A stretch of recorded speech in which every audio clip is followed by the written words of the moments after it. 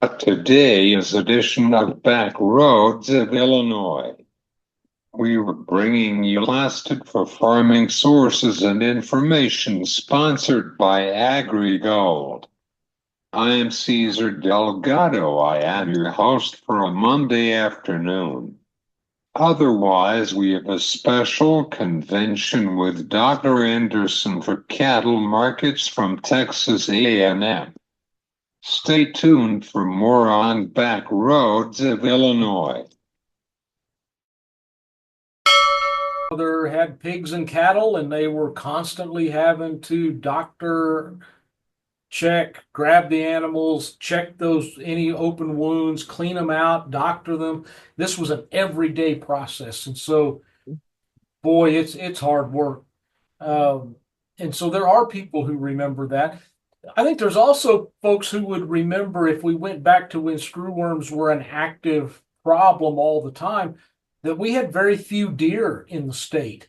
They were pretty devastating on wildlife populations as well. And so once we eradicated the screwworms, it allowed deer populations to flourish. And so deer hunting, wildlife hunting, exotic animals, we have a whole host of those things. That business is much bigger than it was. And so the potential economic impacts of this getting out of control to lock those in.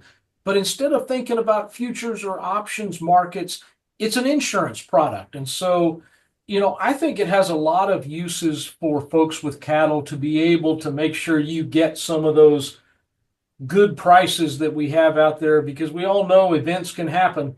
And this is a way to kind of ensure that or hedge your cattle prices. So I think it is a very useful product that folks ought to look into and see how it fits your overall kind of farm and ranch management.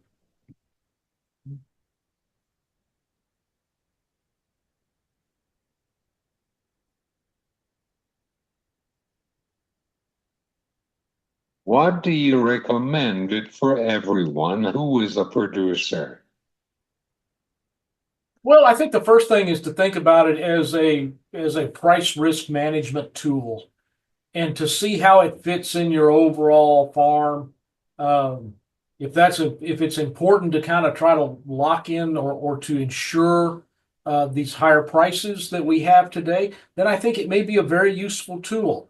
It may not fit everybody. It may not work in your particular farm, but it's sure something that's pretty interesting that gives you some options. And in that regard, I think it's pretty useful to look at.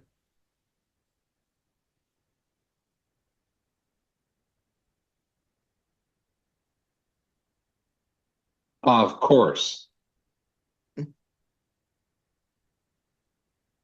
What do you recommend? Do you have any final thoughts, Dr. Anderson? What happened with the expansion of the cattle herd from last year?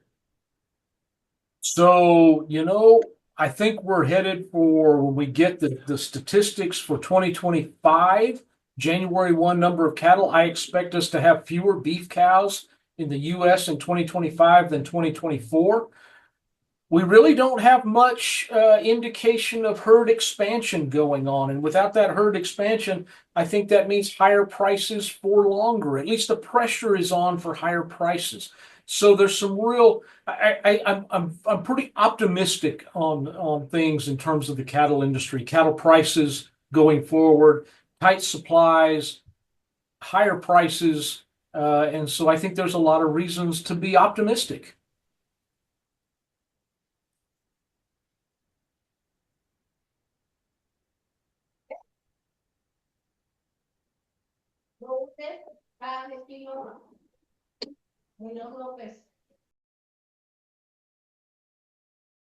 Price discovery going on so that we have some confidence that folks are getting fair prices for their animals, or the prices that are truly in the marketplace. Uh, and so that's a long running thing that deals with changes in how cattle are sold. that really that feedlot to meat packer transaction. Um, there have been various bills proposed in Congress to mandate or make mandatory uh, cattle that to be traded in a negotiated cash fashion rather than an alternative marketing arrangement or a product or a formula type of idea. So far, none of those have passed.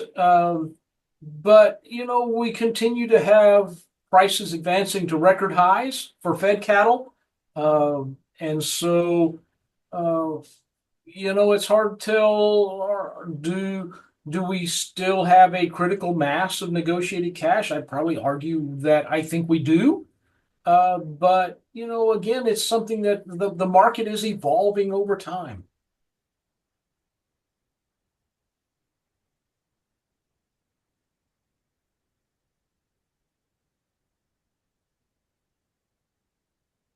Do you have any final thoughts or recap of our conversation about the statistics of the RVD? No, I think this is pretty good. I think Do we've hit you some have really any interesting final topics. thoughts or recap of our conversation about the statistics of cattle markets for this holiday season? Well, I think we've seen calf prices increasing here late in the year. With seasonally calf prices hit their lows in the fall and then increase. We've got that increase going on. We really see we've seen some higher prices in the wholesale market. We continue to have high prices in the retail market. But if we think about the cattle producer side of things, we've got higher prices and I think even more higher prices to come next year. So I think there's some reasons to be optimistic going forward.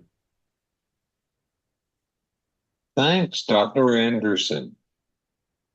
This is Dr. Anderson for the Department of Agricultural of Texas A&M on the Markets Club podcast.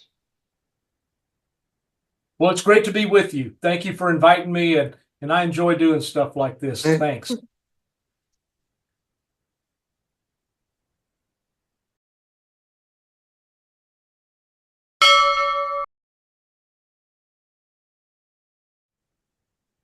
Let's updating on the Farm Bill. Well, we know the answer to the passage of the Farm Bill with Rank Member Debbie Stabenow from the Senate Committee of Agricultural. Farmers feeling less response to Washington, D.C. However, the holiday season has settled in. We continued to watch. The Farm Bill has failed at the Senate. American Farm Bureau Federation are having conversations with the legislation to get it done for next year. Perhaps people in Washington that they are willing to be having a farm bill in 2025 or 2000.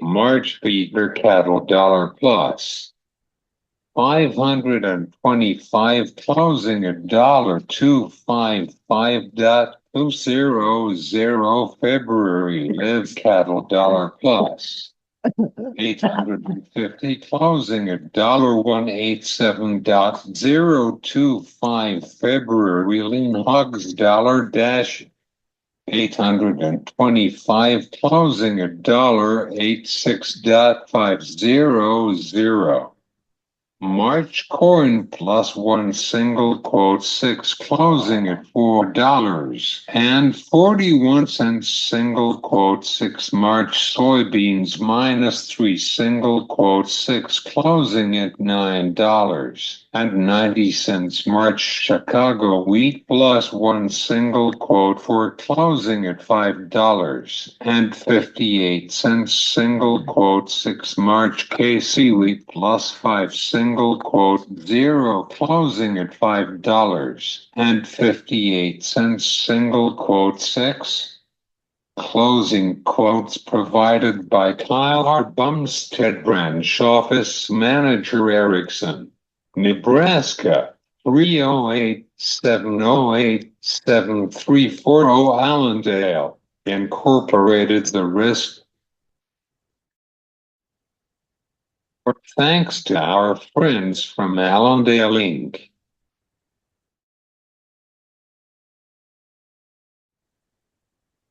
Thanks to Listen on Back Roads of Illinois. We're running out of time, but you can listen on YouTube channel and whenever you get your podcast. This has been Back Roads of Illinois. I am Cesar Delgado. You have a great day.